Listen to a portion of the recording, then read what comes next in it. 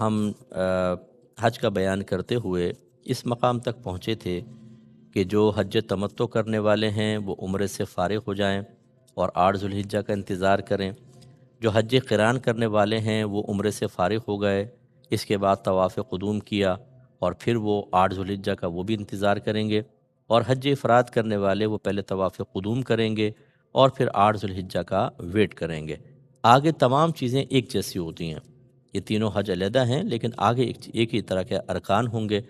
تو اب جب 8 ذوالحجہ آ جائے تو حج تمتع کرنے والوں کے لیے میں نے مشورہ دیا تھا کہ آپ حج کا احرام پہنیں، اور احرام کے اندر وہ تمام چیزیں ہوں گی جو پہلے ذکر کر دی گئیں، اور اس کے بعد ایک نفل طواف کر لیں جو اتباع رمل کے ساتھ ہو، اور بعد میں آپ سعی وغیرہ بھی کر لیں۔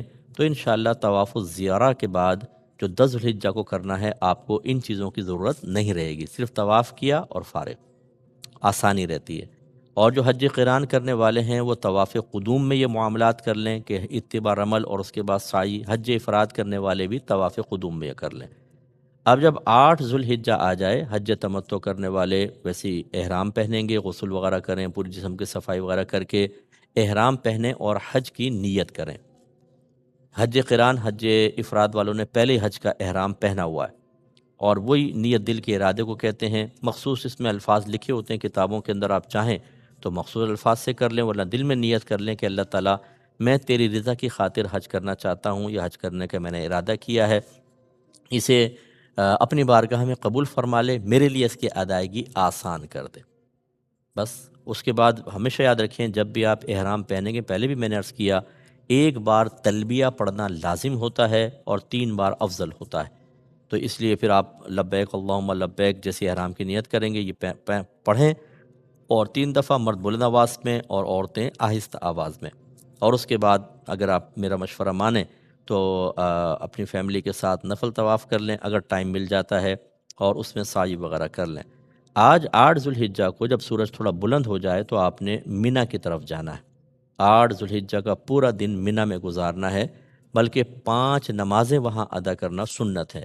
8 کو ظہر، عصر، مغرب، عشاء، اور اگلے دن کی فجر۔ اور اگلے دن کی جب فجر ہوگی تو آپ جانتے ہیں، معلوم ہے آپ کو کہ 9 ذوالحجہ سٹارٹ ہو جائے گی، اس کا مطلب ہے 8 کو آپ وہاں پہنچیں گے، 9 تک وہاں رہیں گے۔ یہ 5 نمازیں سنت کریمہ ہیں، اور مینا میں اس پورے دن میں قیام حتیٰ کہ طلوع فجر تک یہ بھی سنت کریمہ ہے۔ لہٰذا یہ چونکہ سنت ہے، اس لیے اگر ترک ہو گیا کسی وجہ سے تو کوئی گھبرانے کی حاجت نہیں ہے۔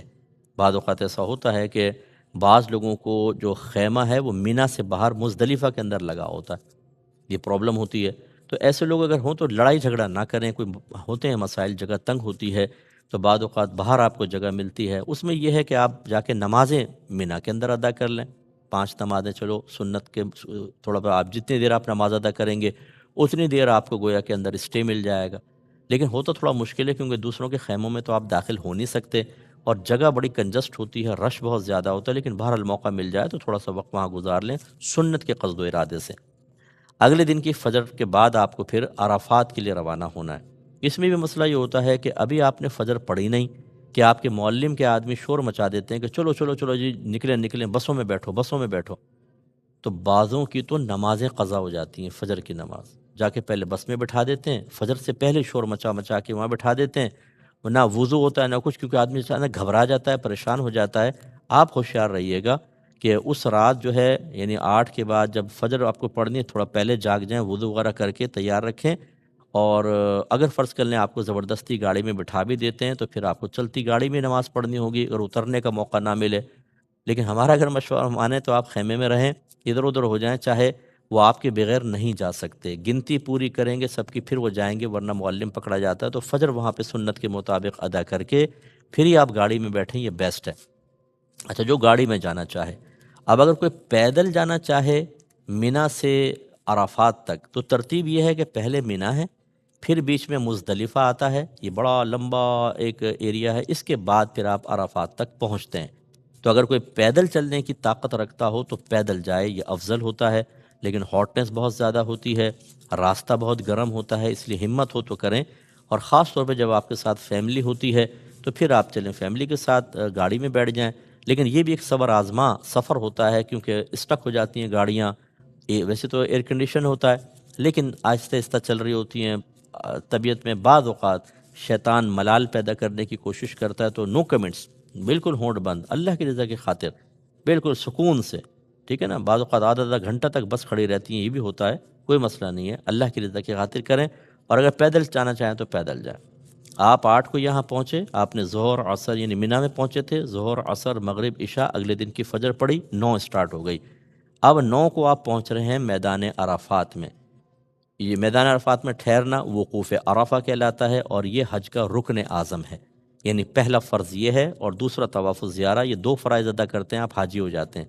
اور خاص طور پہ یعنی حاجی تو آپ یہیں سے ہو جائیں گے، وقوف عرفہ میں پہنچ گئے، چاہے قصد و ارادے سے پہنچیں یا کوئی راستہ بھٹک کے وہاں پہنچ کے حالت احرام میں اسے پتہ ہی نہیں کہ میدان عرفات ہے، حتیٰ کہ اگر بے ہوش کو وہاں لا کر ڈال دیا حاجی ہو جائے گا۔ تو آج آپ ظہر کے ٹائم تک، زوال کے وقت تک یا ظہر تک وہاں پہنچ جائیں گے۔ وہاں پہنچنے کے بعد غسل کرنا مستحب ہوتا ہے، لیکن عمومی طور پہ جگہ نہیں میسر ہوتی، تو کم از کم وضو کر لیں، اور وہاں پر پھر آپ کو ظہر کی نماز ادا کرنی ہے، مسجد نمرہ میں ادا کر لیں یا باہر آپ کر لیں۔ یہ یاد رکھیں کہ فقہ حنفی کی روشنی میں میدان عرفات میں ظہر اور عصر کو ملانے کے لیے حاکم اسلام کی موجودگی شرط ہے، کہ اگر حاکم اسلام نماز پڑھا رہا ہو تو 2 کو ملائیں گے، اور ویسا نہیں آپ منفرد طور پہ پڑھ رہے ہیں تو ہمارا مشورہ یہی ہوگا، بحث بھی نہ کریں کسی سے، آپ لڑیں جھگڑے نہیں، بہت سے ملا کے پڑھ رہے ہوں گے، آپ ظہر کو ظہر کے وقت میں پڑھیں اور عصر کو عصر کے وقت میں پڑھیں، ٹھیک ہے؟ یہ کر سکتے ہیں آپ، ظہر کو ذرا آگے کر لیں، جب عصر کے وقت شروع ہونے لگے اس سے آپ 10 منٹ پہلے ظہر ادا کر لیں، تھوڑی دیر بعد ہی عصر شروع ہوگی، پھر آپ عصر کی نماز پڑھ لیں، بظاہر یہ دونوں نمازیں مل جائیں گی، متصل ہوں گی، لیکن اپنے اپنے وقت کے اندر۔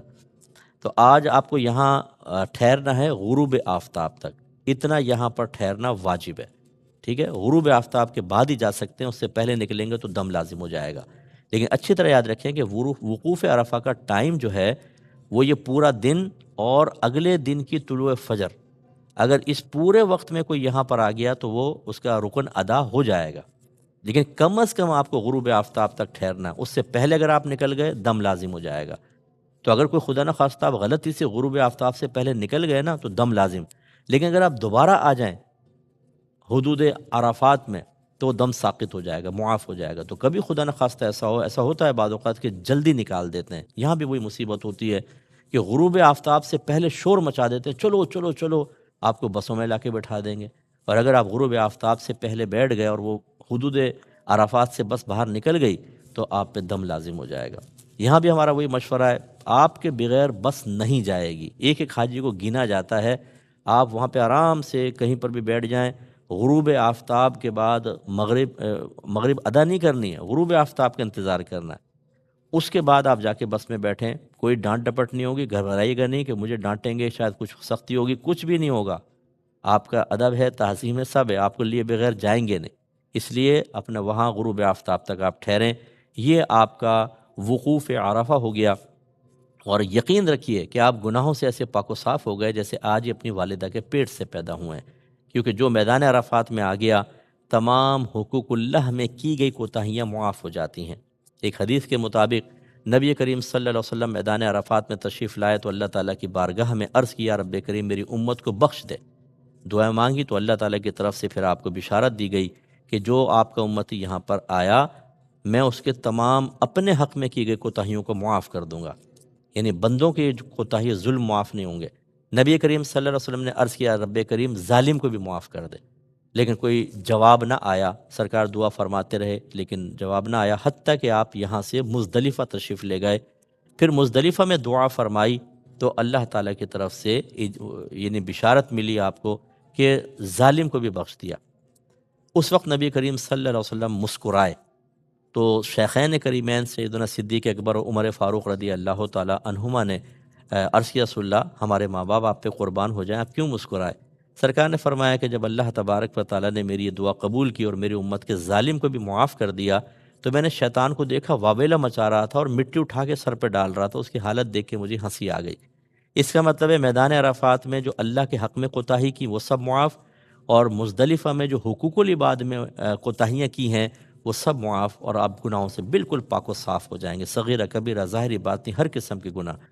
یہ یقین رکھنا چاہیے، بشارت ہے، لیکن ایک خوف بھی ہونا چاہیے، ہو سکتا ہے آپ کا حج قبول نہ ہو ہو سکتا ہے جن پیسوں سے آپ نے حج کیا وہ مشکوک پیسے ہوں یا خدا نہ خواستہ حرام پیسوں سے، تو پھر تو مقبول ہی نہیں ہوتا۔ تو ڈرنا بھی چاہیے اللہ تعالیٰ کی بارگاہ میں۔ دوسری اس میں وضاحت ضروری یہ ہے کہ اگر آپ کے میدان عرفات میں حقوق اللہ معاف ہوئے ہیں تو اس کا مطلب یہ نہیں ہے کہ جو قضا نمازیں آپ نے کی ہیں وہ معاف ہو گئیں، اس کا گناہ معاف ہوا ہے۔ قضا نمازیں آپ کو ادا کرنی چاہیے۔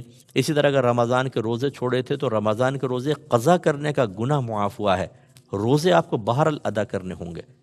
اسی طرح شراب پی تھی کسی نے، کوئی اور بد نگاہی کی تھی، تو وہ سب گناہ وہاں معاف ہو جاتے ہیں۔ اور مزدلفہ میں یاد رکھیں جو کہا کہ ظالم معاف ہو جائے گا، یعنی اس کے گناہ معاف کر دیے جائیں گے، اس کا مطلب ہے کہ اللہ تعالیٰ اس کی بخشش فرما دے گا۔ لیکن ایسا نہیں ہے کہ میدان محشر میں اس کا حساب و کتاب نہ ہو۔ ایسا نہیں ہے کہ آپ نے اگر کسی کا قرضہ لیا ہوا ہے تو آپ کہیں کہ یہاں تو آ کے حقوق العباد بھی معاف ہو گئے تو قرضہ بھی معاف نہیں۔ قرضہ آپ کو دینا ہے، امانت آپ کو دینی ہے، وراثت آپ کو دینی ہی ہوگی، لیکن چونکہ آپ نے اگر ادائیگی میں تاخیر کی ہے، کوتاہی کی ہے، اس کا گناہ معاف ہوگا۔ اور میدان محشر میں اللہ تبارک و تعالیٰ مظلوم کو ضرور کھڑا کرے گا۔ آپ اگر ظالم ہیں، آپ نے بیوی پہ ظلم کیا، بچوں پہ کیا، اپنے ماتحت پہ کیا، لوگوں پہ کیا، اس کا حساب و کتاب تو دینا ہے۔ لیکن یہ ضرور ہے کہ اگر آپ کا حج مقبول ہو گیا تو اللہ تعالیٰ وہاں مظلوم کو آپ سے راضی کر دے گا۔ اس لیے یہ ذہن بنانا کہ جی مزدلفہ میں آ کے میرے سارے حقوق العباد بھی معاف ہو گئے، اب میں کیوں ماں سے جا کے معافی مانگوں، کیوں ابا کو راضی کروں، کیوں میں امانت ادا کروں، یہ جہالت ہے۔ اچھی طریقے سے ذہن میں رکھیے گا کہ گناہ معاف ہوگا، یہ امور معاف نہیں ہوں گے۔ اگر آپ نے کوتاہی کی تھی تو جا کے معافی تو ماں باپ سے مانگنی ہی ہوگی، اگر ایسے آ گئے تھے تو، اور قرض ادا کرنے ہوں گے، امانت ادا کرنی ہوں گی۔ اب 8 ذوالحجہ کو آپ مینا میں تھے، فجر کے بعد چلے تو 9 ہو گئی، 9 کو میدان عرفات میں آئے، غروب آفتاب تک اب وہاں پر رہے تو 9 کا دن بھی ختم ہو گیا۔ یہاں سے جب آپ باہر نکلیں گے غروب آفتاب کے بعد مغرب نہیں پڑھیں گے، یاد رکھیں، مغرب آپ پڑھیں گے مزدلفہ جا کر۔ نبی کریم صلی اللہ علیہ وسلم نے مغرب اور عشاء کو ملایا ہے مزدلفہ میں، اور وہ یقینی سی بات ہے جب آپ وہاں پہنچیں گے تو مغرب کا وقت ختم ہو چکا ہوگا۔ لیکن جب آپ مغرب پڑھیں گے تو ادا کی نیت سے پڑھیں گے، قضا کی نیت سے نہیں پڑھیں گے۔ یہ نبی کریم کا خاصہ ہے کہ آپ نے وہاں جا کر دونوں نمازیں ادا کی نیت سے پڑھیں اور ملا کر پڑھیں۔ ترتیب یہ ہوگی کہ جب آپ مزدلفہ پہنچ جائیں گے تو پہلے اذان ہوگی، اقامت، مغرب کے 3 فرض پڑھیں گے، پھر بعض روایات کے مطابق اقامت ہوگی، اور عشاء کے 4 فرض، اگر آپ مطلب کہ مسافر نہیں ہیں تو 4، ورنہ قصر کریں گے اور جماعت سے پڑھیں، بیسٹ ہے۔ اس کے بعد پھر مغرب کے سنن نوافل، پھر عشاء کے سنن اور نوافل وغیرہ ادا کیے جائیں گے۔ اب آپ جب یہ رات یہاں مزدلفہ میں گزاریں گے، یہ ہے 10 کی رات، 9 کا دن گزر چکا اور 10 کی رات ہے، یہ پوری رات مزدلفہ میں گزارنا سنت کریمہ ہے۔ اور اس میں اکابرین نے بیان فرمایا کہ یہ رات شب قدر سے بھی افضل ہے، بہت افضل رات ہے۔ اور یہاں پر آپ کو سنت یہ ہے کہ طلوع فجر تک آپ یہاں ٹھہریں گے۔ اس کے بعد طلوع فجر سے لے کر اور طلوع آفتاب تک، یعنی فجر کا وقت شروع ہونے سے اور پھر فجر کا وقت ختم ہونے تک، اس پورے وقت کے درمیان آپ کا یہاں ٹھہرنا واجب ہوتا ہے۔ اور پورے وقت میں نہیں، چاہے ایک لمحے کے لیے، جیسے فجر کا وقت ہوا آپ نے فجر پڑھ لی، بس یہ واجب ادا ہو گیا۔ اس کا مطلب کیا ہوا کہ آپ نے پوری رات گزاری لیکن فجر شروع ہونے سے پہلے وہاں سے نکل گئے، تو جو واجب قیام تھا، واجب یہاں ٹھہرنا تھا، واجب وقف تھا، وہ آپ نے ترک کر دیا تو دم لازم ہوگا۔ اس لیے فجر کا انتظار کریں، اول وقت فجر پڑھ کر پھر آپ مینا کے لیے روانہ ہو جائیں۔ لیکن یہ صحت مندوں کے لیے ہے، یہ طاقتوروں کے لیے ہے۔ اگر فرض کر لیں کہ کوئی ضعیف خاتون ہیں، کوئی بیمار ہیں، بچے ہیں، عورتیں ہیں کہ وہ زیادہ رش کو برداشت نہیں کر سکتیں، تو وہ فجر سے پہلے بھی جا سکتے ہیں۔ اور یقینی سی بات ہے اگر آپ صحت مند ہیں، آپ والدہ کی لیکن ویل چیئر چلا رہے ہیں کیونکہ وہ بیچاری ضعیف ہیں، کمزور ہیں، تو پھر آپ کے لیے بھی شرعی عذر بن جائے گا، آپ بھی طلوع فجر سے پہلے نکل سکتے ہیں۔ اب یہ تو نہیں کر سکتے نا کہ والدہ کو کہ آپ ویل چیئر لے کے نکل جائیں اور میں بعد میں آؤں گا کیونکہ میرے لیے واجب ہے۔ تو بہتر تو یہ ہے کہ اول وقت میں فجر پڑھ لیں تو زیادہ بیسٹ ہے، لیکن اگر پہلے نکل جاتے ہیں عورتیں، بچے وغیرہ، ان پر کوئی دم لازم نہیں۔ اچھا پہلے کیوں نکل جائیں؟ وہ پہلے اس لیے نکل جائیں، نبی کریم صلی اللہ علیہ وسلم نے حضرت سعودہ بنت زمعہ رضی اللہ تعالیٰ عنہ کو خاص اجازت مرحمت فرمائی۔ ایسے حضرت عبداللہ بن عباس رضی اللہ تعالیٰ عنہ فجر سے پہلے نکل گئے تھے، اور یہ روایات موجود ہیں کہ سرکار نے اجازت مرحمت فرمائی عورتوں بچوں کو فجر سے پہلے چلے جائیں۔ کیوں چلے جائیں؟ کیونکہ رش بہت زیادہ ہو جاتا ہے۔ یہ جتنا بھی حاجی، اگر 25 لاکھ حاجی ہے، یہ سب کے سب آج مینا میں پہنچیں گے اور کنکری مارنی ہے، رمی کرنی ہے۔ آپ اندازہ کریں کس قدر رش ہوگا زبردست قسم کا۔ تو اس لیے یہ آپ ذہن میں رکھیں۔ اب یہ آپ جب مزدلفہ میں ٹھہرے ہوئے ہیں، پوری رات آپ ذکر الہی کریں، درود پاک پڑھیں، قضا نمازیں پڑھیں اور اذکار الہی کریں، اور کچھ نہیں کر سکتے تو سو جائیں۔ یہ نہ کریں کہ فضول گفتگو کریں، بیٹھ کر باتیں کر رہے ہیں، قہقہے لگا رہے ہیں، نو، یہ بھی مقام بڑا مقدس اور متبرک مقام ہے۔ اور کوشش کیجئے کہ یہیں سے آپ کنکریاں جمع کر لیں، تو آپ کو مل جائیں گے کنکریاں۔ اتنی بڑی بڑی کنکریاں ہوں، کھجور کی گٹلی کی تک ہوں، یہ بیسٹ ہیں۔ بہت بڑے پتھر نہیں لینے، بہت چھوٹی چھوٹی باریک نہیں لینی، اس سائز کی، اور یہ آپ تلاش کریں گے آپ کو وہاں پہ سب مل جائیں گی۔ پہلے دن جو ہیں آپ کو 7 کنکری مارنی ہوں گی۔ دوسرے اور تیسرے دن جب مینا میں آپ گزاریں گے، یعنی 10 کو آپ وہاں پہنچیں گے، 11 اور 12 کو تینوں شیطانوں کو مارنی ہوتی ہے۔ 10 کو صرف ایک شیطان کو، دوسرے دن 21، تیسرے دن 21۔ تو آپ ان سب کو اتنی تعداد میں آپ لیں، بلکہ تھوڑی سی زیادہ لے لیں تاکہ دوسروں کے بھی کام آ جائے، اور افضل ہوتا ہے کہ آپ لینے کے بعد دھو کے اس کو کسی جگہ رکھ لیں اور پھر آپ وہ اس کو ماریں گے، رمیے وغیرہ کریں گے، شیطان کو ماریں گے۔ تو اب آپ کو روانہ ہونا ہے مینا کی طرف۔ یہ 10 کی رات تھی، جب آپ نے فجر پڑھ لی تو اب 10 ذوالحجہ اسٹارٹ ہو گئی۔ فقہ حنفی کی روشنی میں اس دن آپ کو 4 مناسک ادا کرنے ہیں، 4 عمل کرنے ہیں۔ پہلا ہے کنکری مارنا، دوسرا ہے قربانی کرنا، تیسرا ہے حلق یا قصر کروانا، اور چوتھا ہے طواف الزیارہ کرنا۔ اور یہ طواف الزیارہ یہ رکن اعظم ہے، دوسرا فرض ہے۔